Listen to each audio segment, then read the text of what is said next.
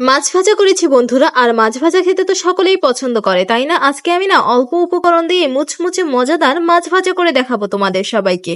আসসালামু আলাইকুম everyone, Tania cooking blogs থেকে সবাইকে জানাচ্ছি স্বাগতম। এই যে সামনেই দেখতে পাচ্ছ, এই মাছগুলো কি জানো? এসব মাছ হচ্ছে সরপুঁটি। আমাদের এখানে সরপুঁটি মাছ বলে, তোমাদের ওইদিকে কি বলে অবশ্যই জানাবা।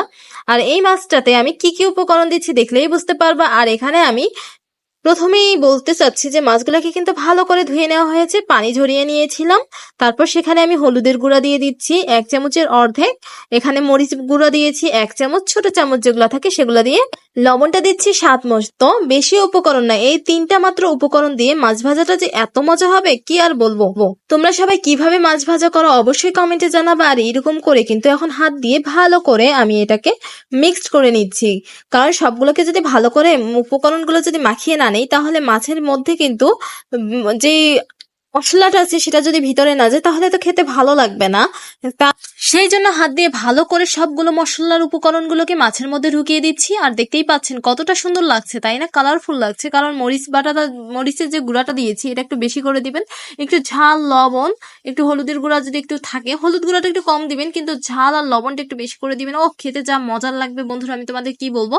এখন দেখতে পাচ্ছ যে ফ্রাই প্যানের মধ্যে আমি এখানে তেল দিয়ে দিচ্ছি, সয়াবিন তেল। আর ফ্রাই প্যানে তো অল্প পরিমাণ তেল দিলেই হয়। তেলটা যখন মিডিয়াম গরম হয়ে যাবে সেখানে আমি মাছটা দিয়ে দিচ্ছি। একটা না, দুইটা না, 3টা মাছ দিয়ে দিব। আর এখানে সময় নিয়ে ভাজতে হবে। এটা ভাজতে আমার সময় লেগেছিল 5 মিনিটের বেশি, 6-7 মিনিটের মতো সময় লেগেছিল, 6 মিনিট।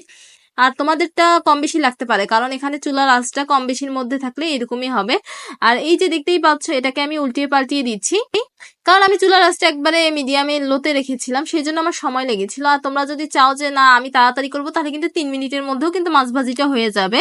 সেই জন্য আমি একটু অন্য কাজ করতেছিলাম, তার মধ্যে এই কাজটাও করছি, সেই জন্য এখানে একটু সময়টা আমার বেশি লেগেছিল। তাতে আমার কোনো সমস্যা নেই।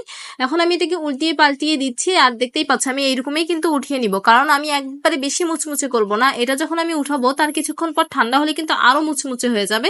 আর যারা বেশি আরো মুচমুচে খেতে চাও তারা এটা করতে পারো, কিন্তু আমি চাচ্ছি যে সামান্য একটু যেন একটু নরম যেন থাকে, আমার ভালো লাগে। তা না হলে যদি একবারে মুচমুচে হয়ে যায়, ভাতের সাথে আমি কি খাবো? সেই জন্য আমি এরকমই নামিয়ে ফেললাম। আর এটা যখন ঠান্ডা হয়ে যাবে একবারে মুচমুচে হয়ে যাবে। আর আমার ভিডিওটি যদি তোমাদের ভালো লেগে থাকে অবশ্যই লাইক করবা, কমেন্ট করবা, শেয়ার করবা। আর কি রকম হয়েছে ভিডিওটি অবশ্যই কমেন্টের মাধ্যমে জানাবা। আর এই পেজটিতে যারা যারা লাইক করেছে এবং ইউটিউব চ্যানেলটিকে সাবস্ক্রাইব করেছে তাদেরকে মন থেকে জানাই অসংখ্য ধন্যবাদ। যারা করেনি তারা অবশ্যই জলদি জলদি করে নাও, কারণ আমি এই চ্যানেলে শুধু রান্নার ভিডিওটাই ছাড়বো। সবাই ভালো থাকবা, আল্লাহ হাফেজ।